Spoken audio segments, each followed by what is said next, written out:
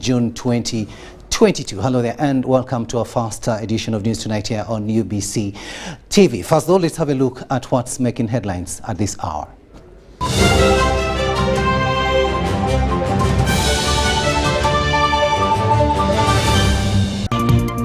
In our top stories tonight, President Yoweri Museveni calls for unity among NRM members. Graft diversion of PDM funds detected in Teso sub-region.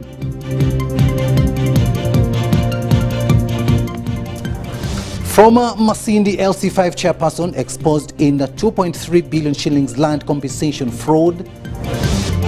And in sports, first ever Ndeji Corporate Wood Championship to be cash laden.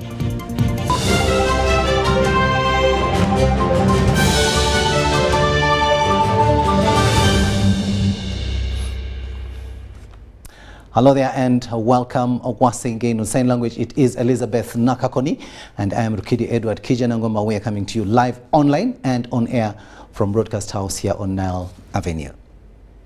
Now, President Yoweri Museveni, also the national chairperson of the NRM, has called upon party members to be united ahead of the forthcoming by-elections. Mr. Museveni was meeting members of the party from the Secretariat who introduced Mr. Ariko Herbert as their candidate of choice in the forthcoming Soroti City East Division by-elections. Let's have more in this report. So we have come mainly for one item, but the others could be rejoin us to the one main item. When we met you at Kapchora State Lodge, we requested for a moment to have a consultative meeting in Soroti City East constituency, where we're having a by-election. And indeed, you supported us. We went there, we conducted a consultative meeting, and in that meeting, every delegate spoke in agreement of one candidate that we should sponsor as a party. Our old man? No. They spoke in support of Honorable Ariko, who is here with us. Honorable Ariko Herbert was a member of parliament before, and in the last election he didn't go through, but he petitioned the election, and then the court ruled that we should repeat the election. Your Excellency, in that brief submission of our people, about 7 potential candidates stepped aside in favor of Honorable Ariko, followed by Egunyu, and that consensus. We requested for a moment to have a consultative meeting in Soroti City East constituency, where we're having a by-election. And indeed, you supported us. We went there, we conducted a consultative meeting, and in that meeting, every delegate. We look one way. If the one who wants to join us joins us, and we'll move forward. So, for me, I will talk to, because it's good that these children of my comrades are coming and running around their movement, because even these people like Omoding, Ariko, who are in UPC, all the other people, we had joined in the UNLF 1979. We had joined in the UNLF. It was a mistake again to bring back these parties. So real NRM is UNLF resurrected. So it's good that all these young people are coming back. Your Excellency, in that brief submission of our people, about 7 potential candidates stepped aside in favor of Honorable Ariko, followed by Egunyu, and that consensus was in the interest of the party. That was the captive word. In the interest of the party, we will step aside in favor of the most popular candidate. Our recommendation, Your Excellency, that in future, in order to maintain the cohesion of the party, this should be the approach we adopt, and we'll discuss this further in SEC to see that we pursue this line. Meanwhile, President Yoweri Museveni has received and held a meeting with the Cuban delegation led by the Minister for Foreign Affairs, Honorable Bruno Rodriguez, and discussed matters pertaining to strengthening bilateral relations between the two countries. The Cuban Foreign Affairs Minister was accompanied by the Cuban Ambassador to Uganda, His Excellency Tania Perez Zik, among others.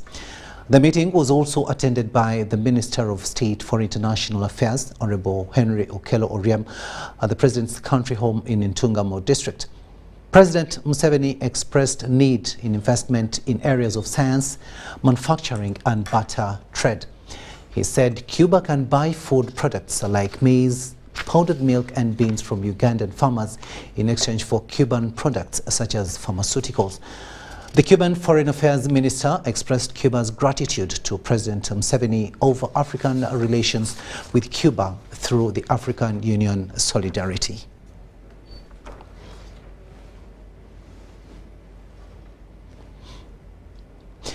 Now, some of the district officials in Teso sub-region have come under spotlight for abusing funds meant for the implementation of the parish development model projects in the region. A State Minister for Teso Affairs, Dr. Kenneth Ongalo Obote, revealed that some districts are deducting 6 shillings off the 17 million shillings of the first release for each parish, claiming that it is meant for administrative costs. Ongalo made the revelation at the launch of the rollout of the parish development model sensitization meeting in Soroti City. In this current financial year ending on 31st of June 2022, government passed a policy of disbursing 17 million shillings to every parish to effect the implementation of the parish development model project. However, in Teso sub-region, State Minister for Teso Affairs, Dr. Kenneth Ongalo Obote, is bitter with some of the district's officials who have deducted 6 million shillings of the 17 million shillings advanced to each parish as a fee for administrative costs. How much of this money is supposed to go into these people's accounts? I have already heard that there are some districts which are making deductions. There is a district in Teso which has already deducted 6 out of the 17 million supposedly for administrative costs. If this is true, then in my opinion, PDM is for the district administrators, not the people. Ongalo made this revelation at the launch of the rollout of parish development model sensitization meeting in Soroti City that was graced by a number of prominent leaders in Teso. State Minister for Transport, Musa Ichweru, advised the implementers of the project to avoid politicizing it if the project is to serve the intended purpose. You honorable leaders, in this one, there is no FDC, there is no NU, there is no NRM. It is Teso this time. It is Teso this time. There is no NU here, there is no UBC here, there is no NRM here. It is true, of course, NRM is the government in the steering. It is also true, it is NRM which has initiated this. But NRM has initiated it and placed it squarely on the leadership of Teso. And we happen to be the leaders now. State Minister for Energy, Sindriona Sokasayo Polot, emphasized the need to guide the beneficiaries on the selective enterprises for the project to succeed. I used to sit guiding on enterprise selection when the sons were coming to State House. Teso came, always they would come and they will never come with any enterprise, and it was a shame. This time we are coming down to talk about enterprises. Can we get clear enterprises for Teso? And can we look at how we can attract resources for the few enterprises? State Minister for Fisheries, Helen Adoa, asked the implementers to preach the gospel of restoring the wetlands by encouraging the beneficiaries to shift to good practices of farming to save the mother nature. Wetlands and allow our animals in that place and any other. But if we destroy our wetlands, we shall be in trouble. So this PDM should be able to help us to rescue our wetlands, because that's a communal land that now this PDM would help us. The leaders also advised the implementers to preach the gospel of parish development model project when the opportunity is granted at the burial ceremonies. Joseph Oko, UBC. Prime Minister Robin Ndabanja was today in the districts of Mubende and Butambala to support the ongoing mass sensitization on the parish development model that is currently going on across the country.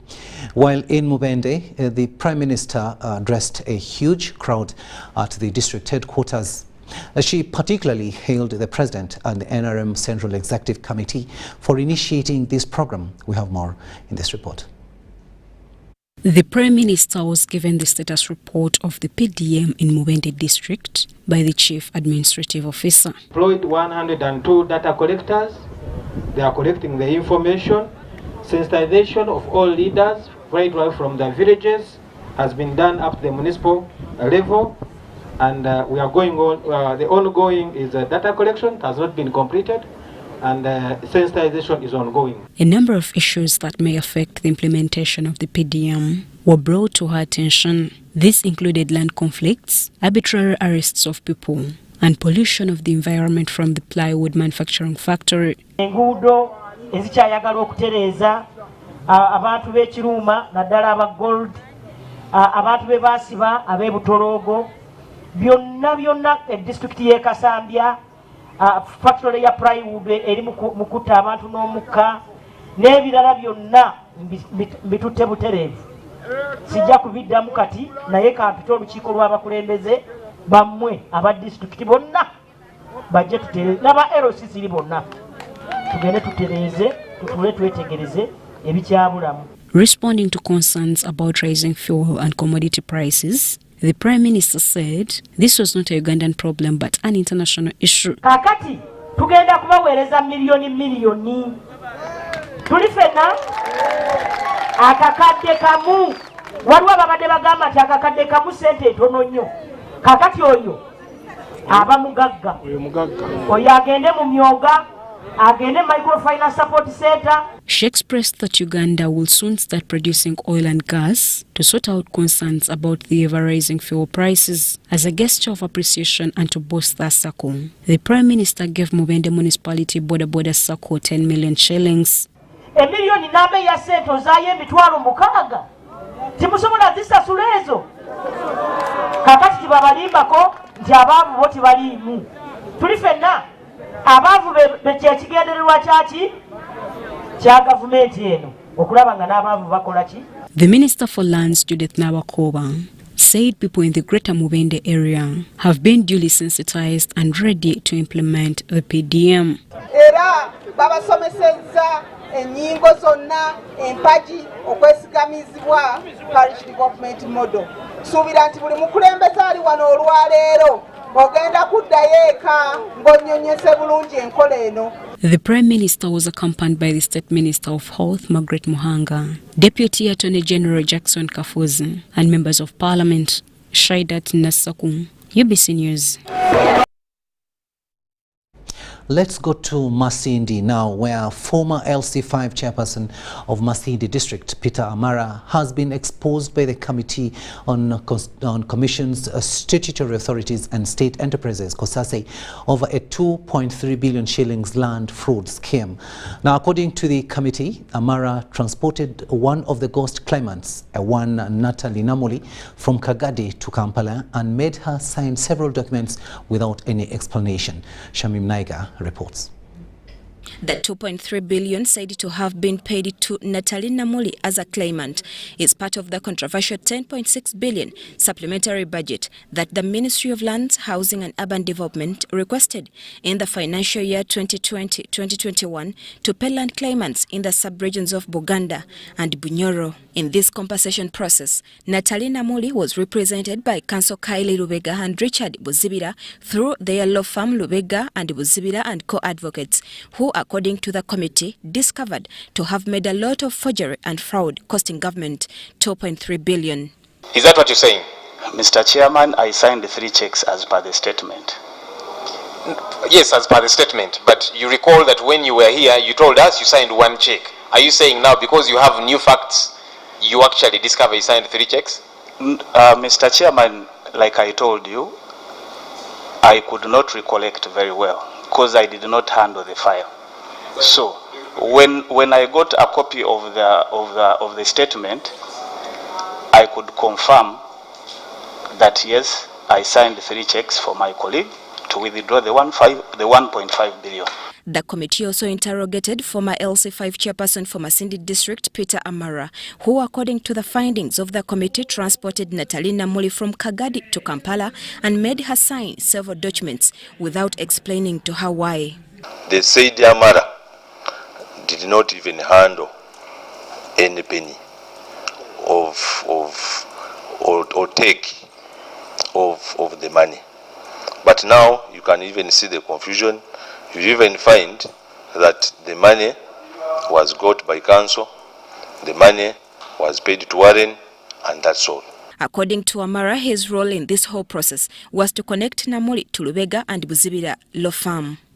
You may find I, per se, Amara Peter, in this whole transaction, you find the biggest role was to interpret the agreement, was to interpret the powers of attorney. According to the chairperson of Kosase, Joel Senyonyi, the detective attached to Kosase Bantwesije, who interviewed Namuli about the matter, told them that Namuli denied ever receiving any compensation from Uganda Land Commission. Council Buzibira and Rubega confirmed severally that Namuli had been paid the money by Uganda Land Commission, but they, however, failed to avail evidence that Namuli got the money.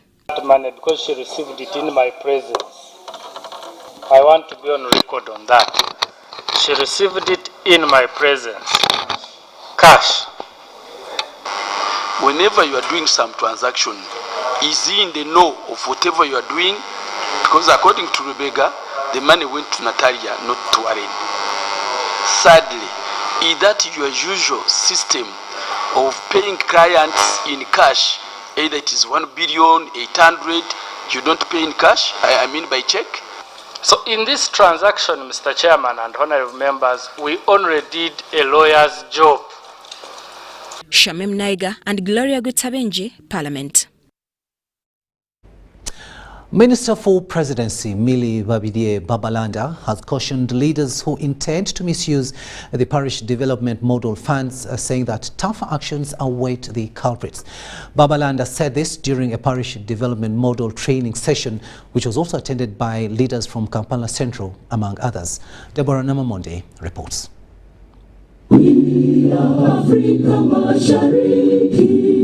Different political leaders in Kampala Central have been trained on the parish development model that will see funds dispersed to intended beneficiaries at parish village levels once the sensitization exercise is completed. The training was held at Kitante Primary School in Kampala. And then we have the technical side. The State Minister for Kampala Affairs, Kabuye Kyofatagabe, led the training and urged parish leaders not to politicize the program. PDM etegeeza ki government erese empeereza yaayo kumuluka okuyamba omuntu wa buki kati saagala kuddamu bawulira nga mwogera PDM mugiteekamu olukyayira era omuntu wa bulijjo anayambwa atya ng'ayita mu byobulimi ebyobusuubuzi okubwongeramu akatale okwongera omutindo ku bintu byakola okumuteerawo embeera amakubo amazzi amalungi ebyokwerinda security ebyamalwaliro. Kyofatagabe also emphasized the beneficiaries to invest parish development model funds in profit-making ventures. Kaakati kyogenda okukola osobola okwewola 3, 5 oba akakadde okusinziira ku kyogenda okukola ki. Mbeegayiridde bw'obanga omulimu gwo gwa miliyoni 3 saagala ogende weewole kakadde 7 eno eyinza okuba nga tolina kyogenda gikozesa.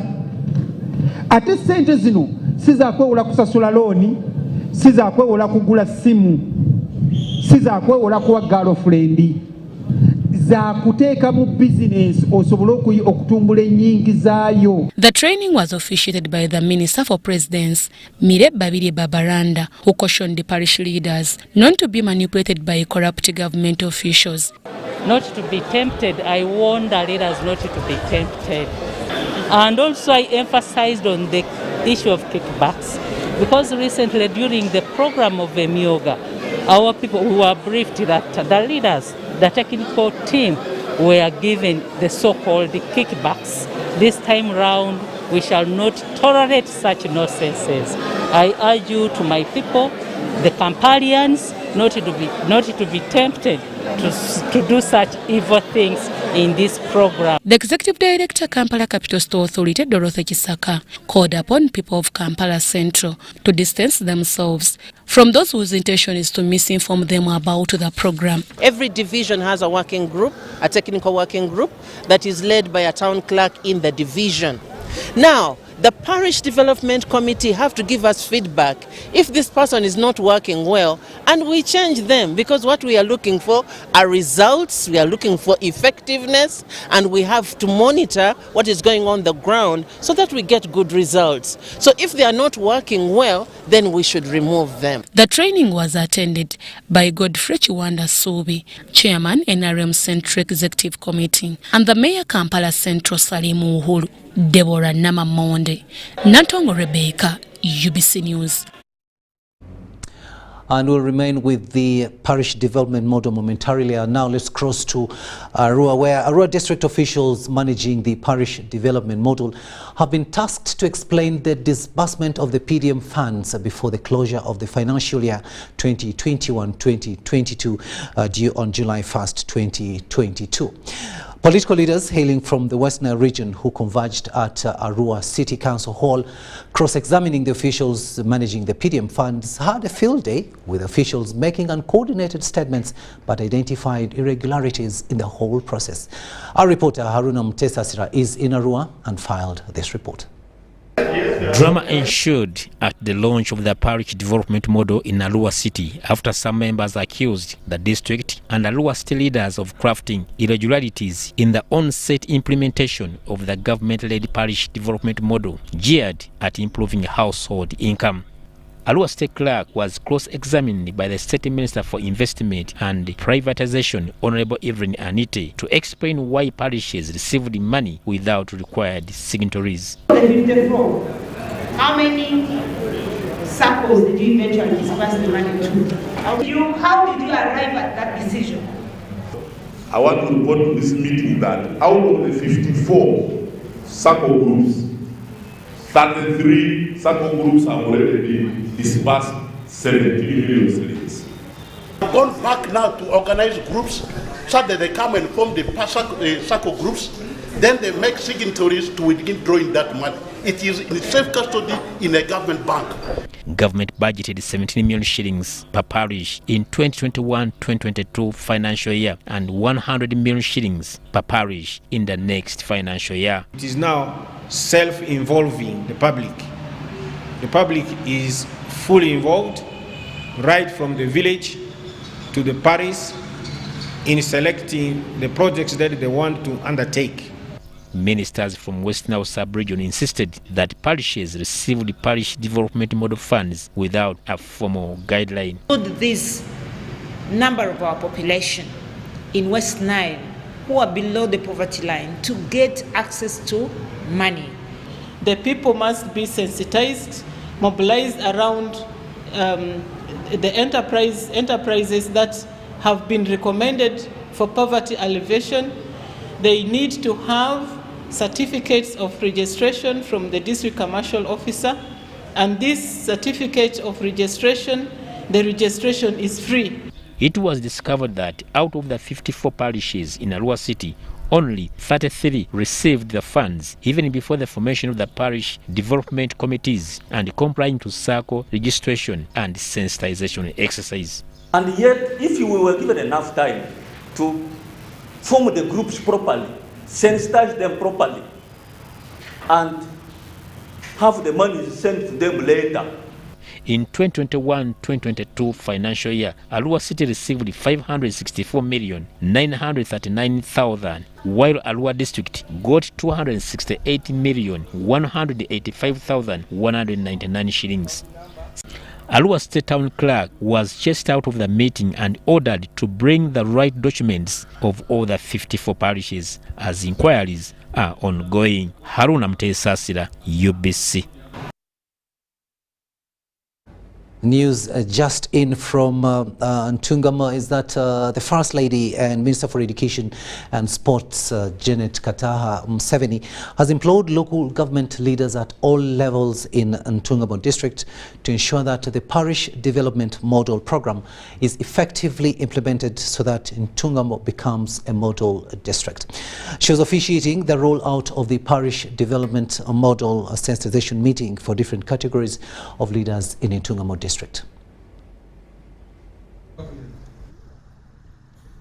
Government ya NRM okwihansi nehikamu omushoborozi wa government etura nerondo omubazi okwebwa abantu ba Uganda bakabasa kumanya kwerwanaho ngu buri kaya ya buri muntu wa Uganda ibase kwebeyisaho turere ngaro esitura tutegereza abandi kandi rahanga yatwire kontinent eri kukirayo ebyobutungi omunsi abere yabashomeyise mbweno ebya parish development model abebembezi ati tumwine excuse yona kutashomesa abantu beitu aho kwamwashoma abandi babiri bashomesibwe nabo icyo hati mwino bumanyirivu omushemerere kutwara mukashomesa abantu beitu n'abakozi konkaka honorable tumwebaza okuyagamba ubundi nangwa na honorable Rwamirama ubundi nibeitwa okutahikibwa abantu abaryaha government eri kutaha omu district ngo bahike abantu extension workers ngo bahike abantu ngo barebe ekiri kukorwa okwo ngo abashoborere bashobeye ngo abahabure batakumanya ekintu ekyo ningira ngo mbwenu ekitiimu ya agriculture neja kugezaho munonga kureba ngo extension workers aba real hata murundo okwo bahika abantu.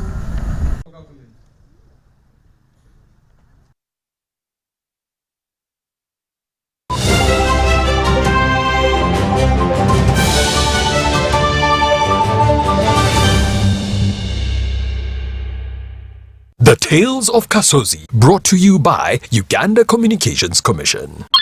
Hello, this is Kasozi. How can I help you? Congratulations.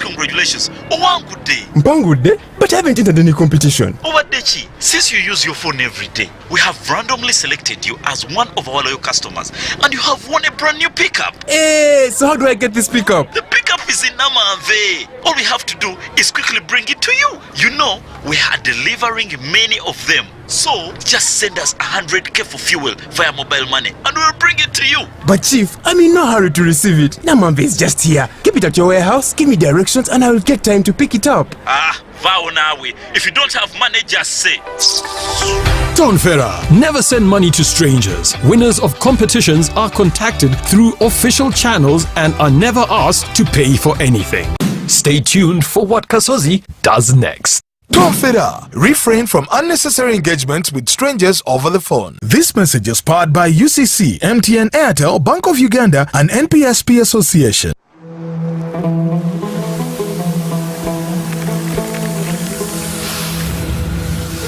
A World Cup in the desert? The first one in the Middle East. The first to be held at the end of the year? That's crazy.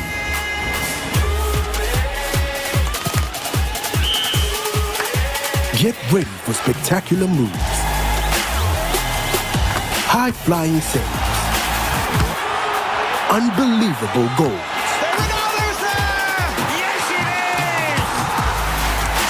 out-of-this-world celebrations. Would you believe it? What a moment here! All 64 matches live. That's over 5,000 action-packed minutes of the FIFA 2022 World Cup Qatar.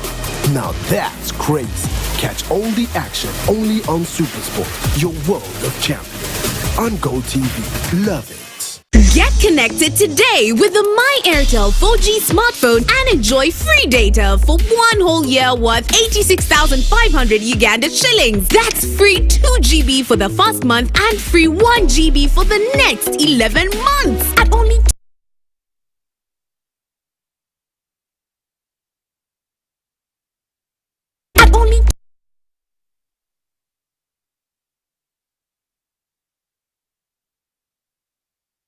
Uganda shillings with free data for 1 whole year worth 86,500 shillings, making the effective price of the 4G phone 163,500 shillings only. Airtel, the smartphone network. The Oil and Gas Moment, brought to you by Petroleum Authority of Uganda, creating lasting value in Uganda's oil journey. Uganda's oil and gas resources are located within pristine environments. The oil and gas activities are benchmarked on Uganda's updated environment legislation and on the international best practice standards in order to continuously ensure coexistence between the oil activities and Uganda's rich biodiversity. This is being achieved using improved technology to reduce environmental footprint, mapping of sensitive ecological features for avoidance, improving standards of waste management and development and implementation of tools for environment management. These include the Albertine Graben Environment Monitoring Plan, Strategic Environmental Assessment, various environmental sensitivity atlases, and the National Oil Spill Contingency Plan, among others. For more information, visit www.pau.go.ug. Petroleum Authority of Uganda, creating lasting value in Uganda's oil journey. Do you need data collection services, data analysis and reporting, monitoring and evaluation systems? Then contact Molt Technologies, a professional research firm that has provided many organizations with timely research solutions for over 15 years. For more information, visit www.mt.co.ug or call us on 0704 913 399 or 0782 602.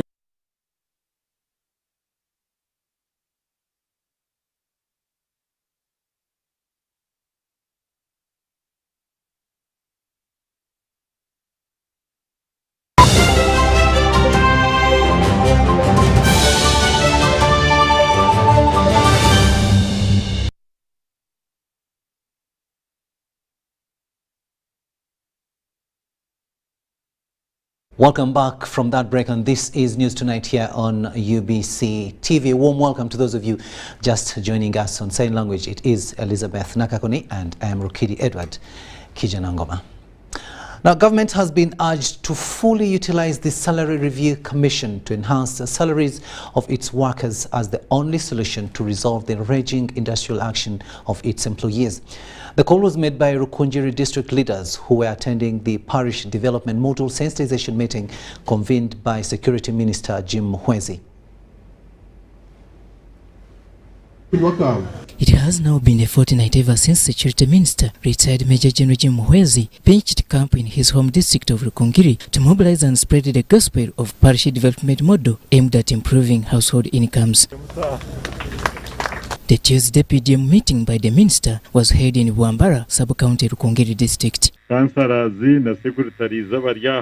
PDM gospel camps are, however, acting as bridges between government and communities, with government officials lined up to implement the PDM project, learning more challenges ahead of the roll out of the multi-trillion project. At least should helping us on water, so that every person from Buambara get water.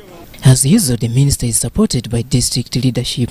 Many people have not known what money is and how it should be used. I'm happy that away from all the programs we have been having in the parish development model, we have a pillar on financial inclusion, and which also talks about financial literacy.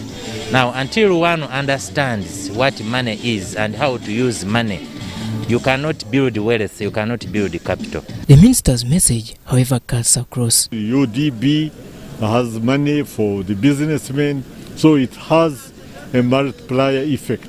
And it's also a government program to bring services to the people.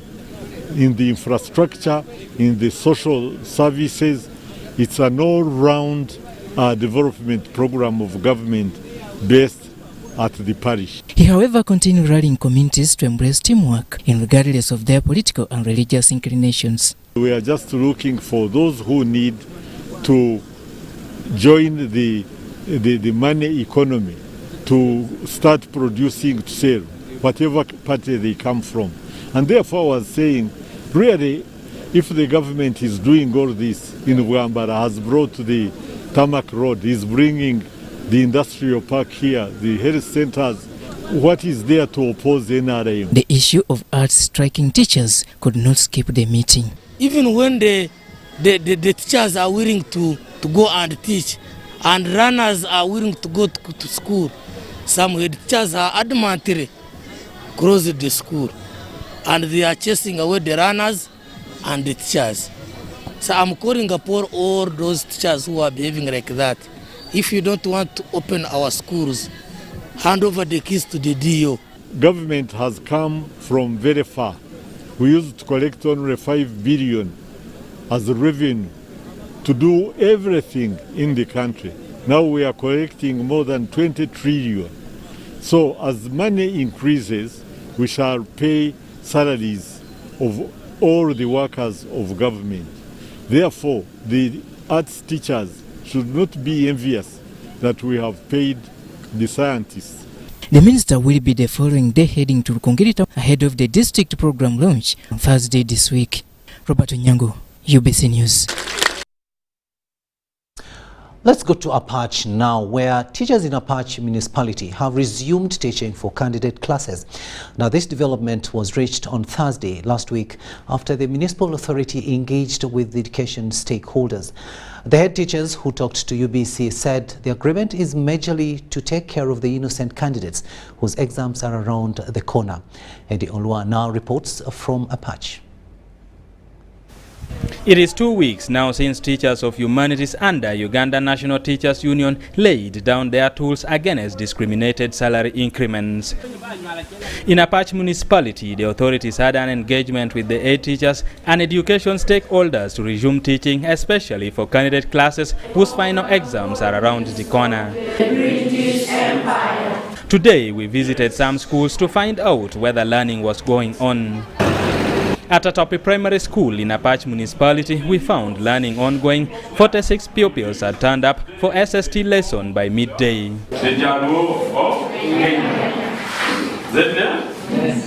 Out of the 19 teachers that we have, we are using 7 of them. 4 teachers are the parent teachers, and then 3 government teachers. The rest of teachers did not turn up.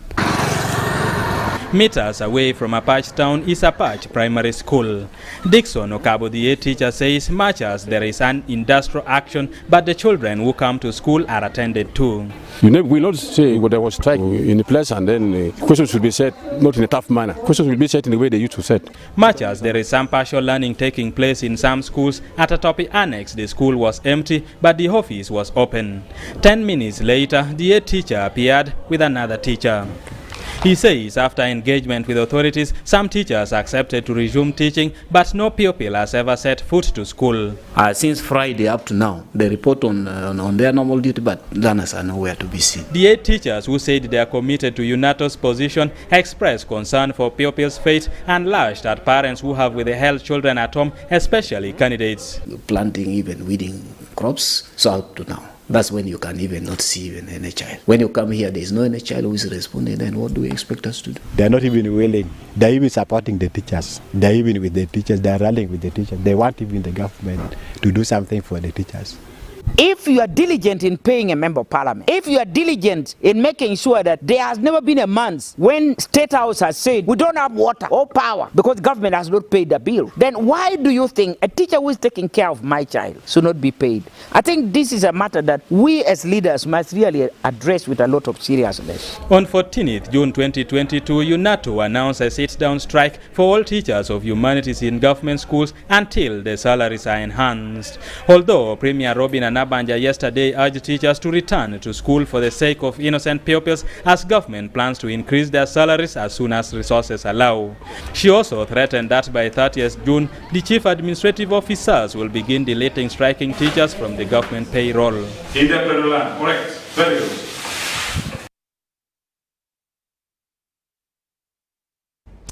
Now, inadequate funding in the roads sector of Arua City continues to make most roads impassable.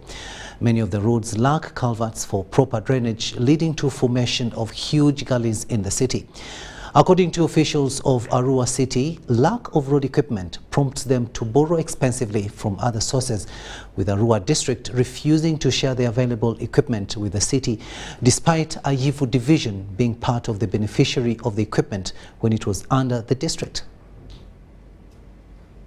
100 square kilometers of Arua City, having over 600 kilometers of road, is Ayivu Division, which was carved out of Arua District. Currently, Ayivu Division is also depending on the budget allocation meant for the then 10.5 square kilometers for Arua Municipality, now Arua Central Division. Arua City Engineer Anthony Radria explains that the budget for roads sector has dwindled, which he said is grossly affecting road maintenance in the city. Bringing Ayivu County roads into the city without budget. In 2017-18, the budget was 1.2 billion for just municipal roads. But if you bring 600 kilometers of roads in the city, and the budget has come from 1.2 billion to 800, where are we going?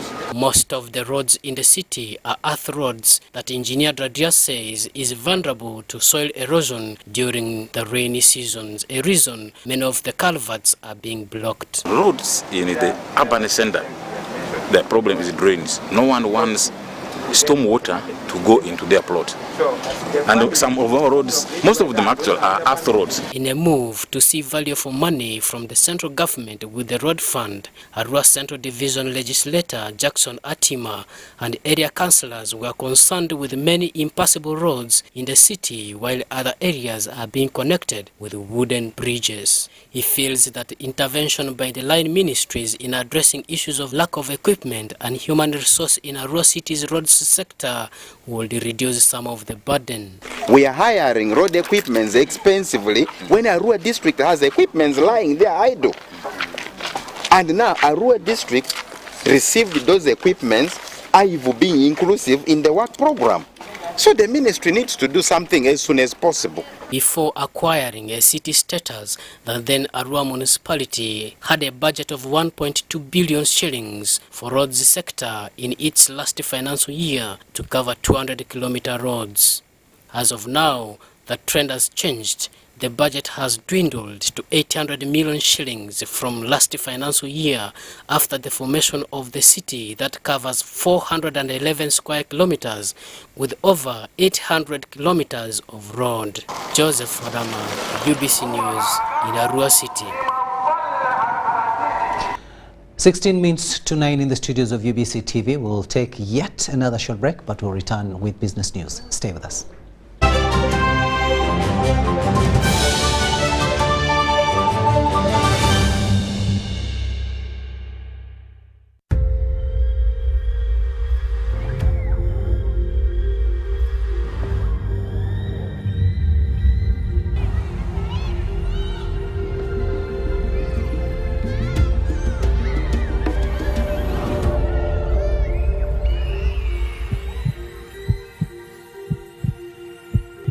It's better to foster respect instead of fear and pain. Cause a good school equals a better life. Raising voices. Oh, Susan, I want to propose to Rose. Yes, and this time I am serious. Have you guys had sex? Duh, of course. And have you had sex without using condoms? Hey, Nga, you're curious. I'm more concerned. Are you having sex with other people? Hey, hello, is this an interview or what? No, just things you should think about. Do you know Rose's HIV status? Okay, this is serious. Should I be worried? It is actually serious. Do you know your HIV status? I think I am safe. Many times we get into situations that put us at risk of HIV. However, the first step to ending HIV is getting tested and knowing your results. It's Time Up HIV. Call 0800-211-046 or text 8080 toll-free for more information about how to prevent HIV. This message is brought to you by Ministry of Health with support from USAID. Are you a player in the tourism sector with a struggling business following the COVID pandemic? UDB, in partnership with European Union, is providing financial assistance to businesses operating in the tourism sector. You can access subsidized loan with grants, loan with a tenor of up to 5 years, free business advisory services, and free environmental impact assessment. Visit www.udbl.co.ug/call for applications to apply. Deadline for submission is 31st October 2022 at 5 p.m. For more information, please call 0414 355 509.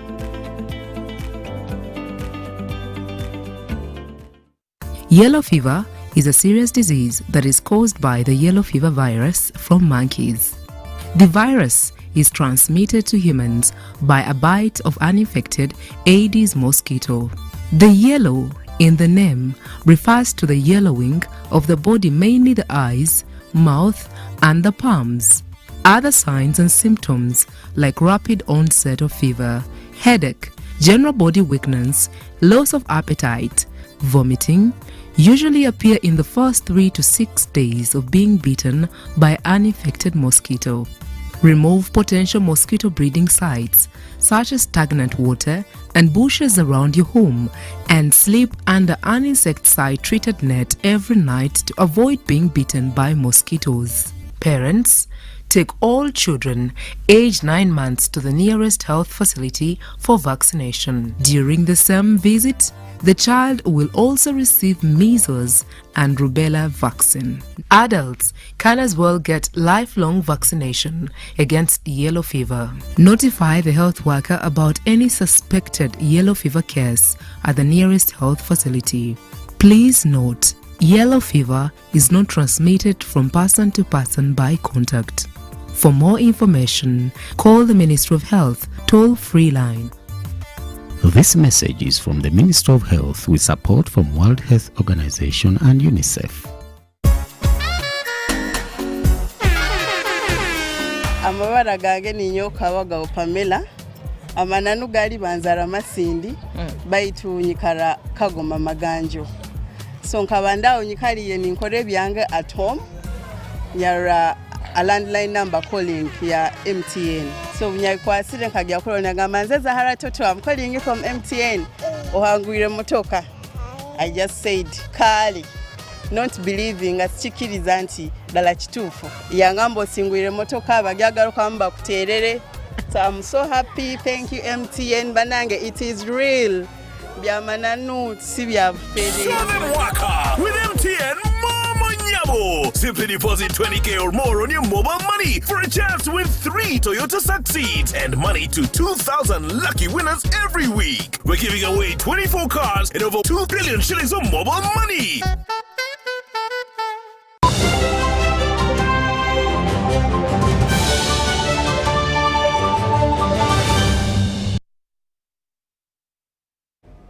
Welcome back from that short break, and this is News Tonight here on UBC TV.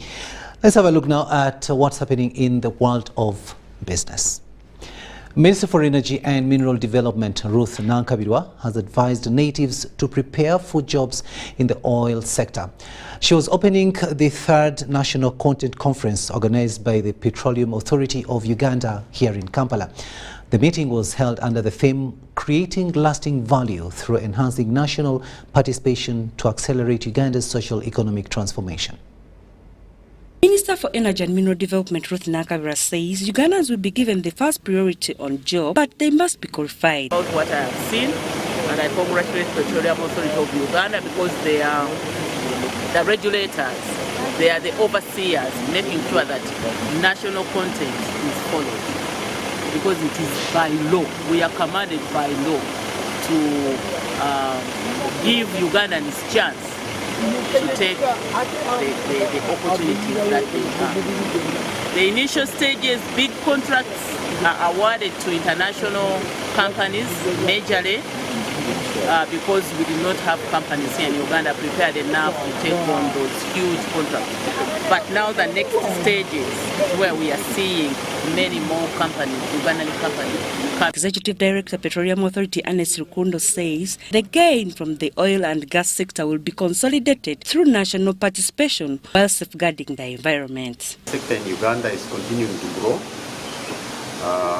As you are aware, the final investment decision for the projects in Uganda was taken at the beginning of February. Since then, the companies that are licensed to undertake petroleum exploration, development and production have continued to do the work at an increased rate. The companies have now subcontracted the tier 1 companies that are going to do the work, and they have come on the ground and they've started clearing the places where the infrastructure is going to be built. They have continued the compensation of people whose land is going to be taken, and they are concluding the designs for the infrastructure that will be put in place. The petroleum stakeholders in the different capacities highlight public benefits. Stanbic Bank, Uganda Limited. As Stanbic Bank, we are heavily invested in the national context, making sure Ugandans gain from the oil and gas opportunity. And over the past 10 years, we've been participating a lot to make sure that Ugandans gain from this opportunity. So we have done this through a number of partnerships, partnering with the IOCs, with the petroleum authorities, through our Stanbic Business Incubator, making sure that we empower Ugandans, we build their capacity and make sure that they gain from this opportunity. At Newplan, we are mainly an engineering firm, but we also have support services in consultancy. We are one of the main contractors in ECO. We are doing land acquisition. National supplier database where all companies with the potential to supply goods and services are registered on the database. So right now we have over 2,000 of those, and we are able to monitor the allocation of contracts by the oil companies. UBC News, I'm Nakabri Patricia. Stakeholders in the tourism industry have called for assessment of cultural heritage sites with significant potential for tourism development. The appeal was made at the inaugural National Dialogue on Cultural Heritage and Sustainable Development held here in Kampala. Dennis Tigoa reports. The National Dialogue identified some of the key factors and policy interventions with adequate potential to maximize conservation and the attractiveness of destinations as places to visit, live and secure foreign direct investment. One unique thing that Uganda can sell to the rest of the world that is not in the rest of the parts of the world is the culture and the heritage we have, because it is only found in Uganda. Whereas you can find wildlife elsewhere, you may not find our culture and heritage in the rest of the world. So it is a unique selling point, though it's underdeveloped, attracts currently fewer people. Let's popularize sites, heritage resources to our stakeholders, to our country, so that they may understand, so that we may all go together as a team and decide on what we can develop that will benefit, as our constitution says, that will bring the well-being of all Ugandans. Uganda's tourism industry is famous globally because of its wildlife, which comprises of, among others, the Big Five, and which are the lion, elephant, cheetah, rhino and buffalo. But to the stakeholders in the tourism industry, the potential of the cultural and heritage tourism supersedes the wildlife product. If you come to Buganda to go when the king is enthroned, that system from there up to when the king escapes, you know, the king doesn't die, right? To take them through all that system, all that is money. You go to the Renzoris, the culture there. You go to the Alurs, we have various kinds of culture that would give the Maasais a run for their money. When you talk about heritage, historical towns, for example, Jinja Town as an industrial heart of this country, where industrialization started in this country, there are a lot of historical buildings in that city that are not taken good care of. So how do we move as a country, for example, to say that, for example, the main street of Jinja Town should not be touched? Uganda has rich and diverse cultural heritage resources that have remained untapped for decades. With a diverse heritage, the country has only 3 sites recognized by UNESCO World Heritage List, and these are Bwindi Impenetrable National Park, Rwenzori National Park, and the Kasubi Tombs. Dennis Igor for UBC News.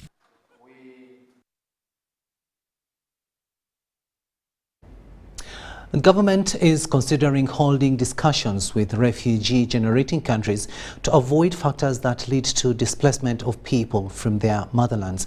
Minister for Relief, Disaster Preparedness and Refugees, Engineer Hilary Onek, underscores the need to minimize the refugee situation to avoid subjecting victims to unbearable life situations. He was speaking during the Regional Steering Committee meeting on the Development Response to Displacement Impacts Project, which was also graced by Intergovernmental Authority on Development in Gulu. Henry Okrut reports. The policy of Ugandans on refugees remains perhaps the best in Africa, with the door remaining open for all. This, however, does not mean taking Uganda's generosity for granted. From one troubled country to another troubled country, where there is fighting, you fight from one fighting place, you go to another fighting. You go from South Sudan to Congo, there they are shooting at the border, you are also running with, then you move again to, how far, how are we going to handle like that? This is why a call for preventing insurgency that leads to generation of refugees is being advanced. Engineer Hilary Onek proposes a dialogical conference towards preventing the refugee situation. We have got 1 million of your people here. What do we do? What are you going to do about it? We don't need them here. If that's the case, you need them in your country for development, to work and develop your country. For now, the Intergovernmental Authority on Development is being called upon to rally international community behind honoring pledges made towards refugee management in Uganda. There were over 530 million pledged, but we got only 1.5 million from India and China. Other countries, we haven't got it. All this came to the light during the Regional Steering Committee meeting on the Development Response to Displacement Impacts Project, or Dr. DEEP, as goes its acronym. We should be able to share this world with those that are in trouble and those that are not in trouble, and we should be able to enjoy it together. Attended and graced by the Intergovernmental Authority on Development, Uganda was lauded for making comfortable and economically progressive the life of refugees. 5.8 million persons have benefited from this project in those project countries. More than half, that is 57% of the project beneficiaries, are women. This has enabled improvement in the quality of activities and effectiveness of projects in responding to the needs of refugees and host communities. Dr. DEEP is a project implemented in 5 IGAD countries, including Uganda, Somalia, Djibouti, Kenya, and Ethiopia. It is funded by World Bank through grants and loans, more of which is projected to come. Over 700 million financing for different countries in the Horn of Africa to address forced displacement challenges. We would prefer grants. Give us grants, don't short-term loan. Loan is tying a rope on our neck all the time, tightening the rope more, giving us short-term. There's nothing soft in a loan. You tie somebody's neck. The steering committee meeting is being held under the theme, building on community-driven development approach towards improving access to quality and universal education for learners in Dr. DEEP implementing countries of the IGAD region. Henry Okrut, UBC. Permanent Secretary, Ministry of Planning and Economic Development, Ramadan Gobi, has flagged off the second phase of public expenditure and financial accountability assessment. At the event here in Kampala, the Permanent Secretary emphasized on the relevance of having in place accountable and transparent systems that support effective and efficient service delivery. The Public Expenditure and Financial Accountability Assessment 2022 is on the theme, Deepening Accountability for Service Delivery. Its key is to undertake an independent assessment of the quality and performance of the central government systems in Uganda. A similar assessment was last conducted in 2016. We therefore welcome this great opportunity to take stock, to review our next PFM reform programming in Uganda and ensure that we strengthen accountability and service delivery.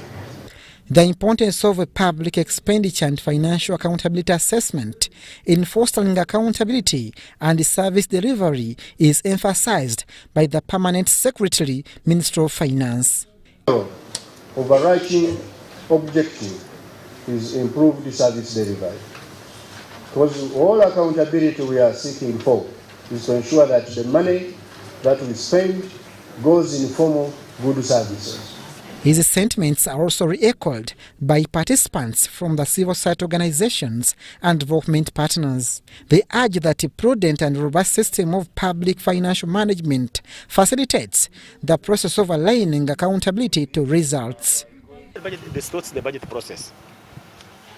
When you plan today to construct a road and then another supplementary budget comes, then you stop doing the road and you start focusing on that. You disrupt service delivery targets, but also the budget process. So we believe that we think that this assessment should help us come up with concrete actions on how to reduce on supplementary spending. Equitable distribution of resources, both at the central government and the local government. Why it's important is that the local government also right now needs to be supported so that they contribute to revenue generation for the country. PEFA provides a primary source of diagnostic analysis and basis of dialogue of public financial management reforms, vital in informing future update and design work on the public financial management reform strategy. Abdul Nasir Lubwama, UBC Business.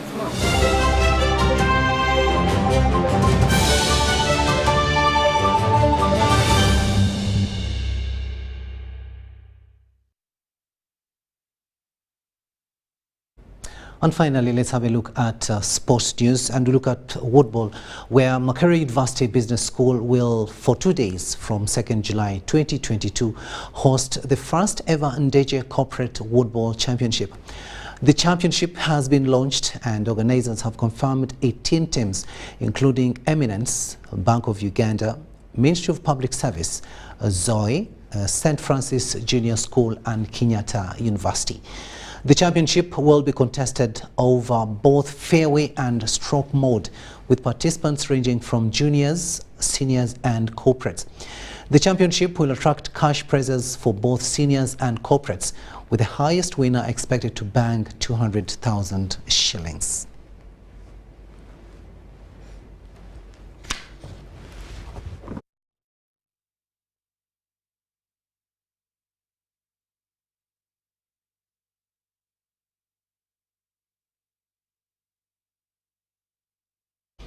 And that sports story brings us to the end of this first edition of News Tonight here on UBC TV. Elizabeth Nakakoni has been on sign language, and I am Rukidi Edward Kiijanangoma. See you at 10.